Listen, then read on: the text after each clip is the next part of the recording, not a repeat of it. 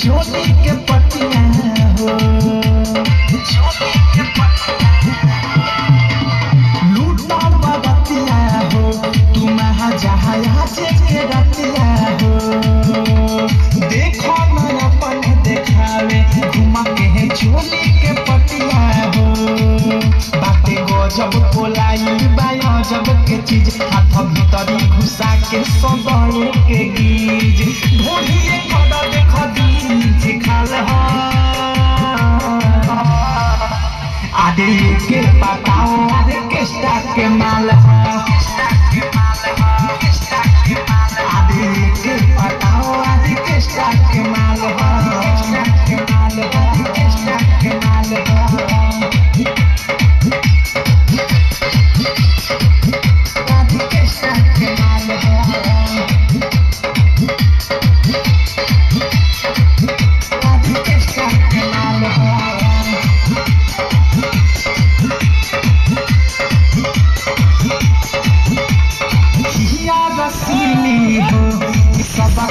जलती न मिली हो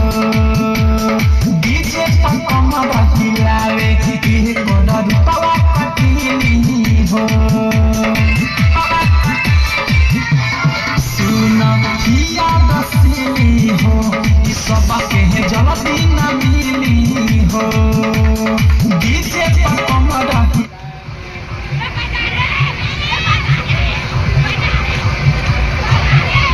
ये कंची खसावा भूले जाइबा पुरन की के आई न याद देखी के फरमा के सभी बेहाल हो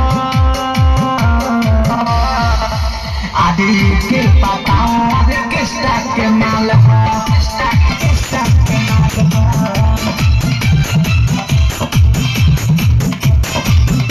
आदि के स्टाक के माल हो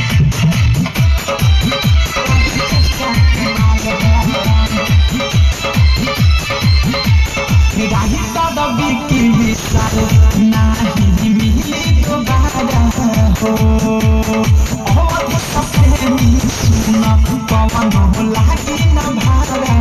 हो राही दादी की विशाल नहीं मिली दोबारा हो और सपने सुना पवन हो लागी न भारा हो के बीकी लगावा तालो आगे पीछे ले जाके पड़ना मुछो ओइ सोटा देश पेंधे लागे पीरी पाल हो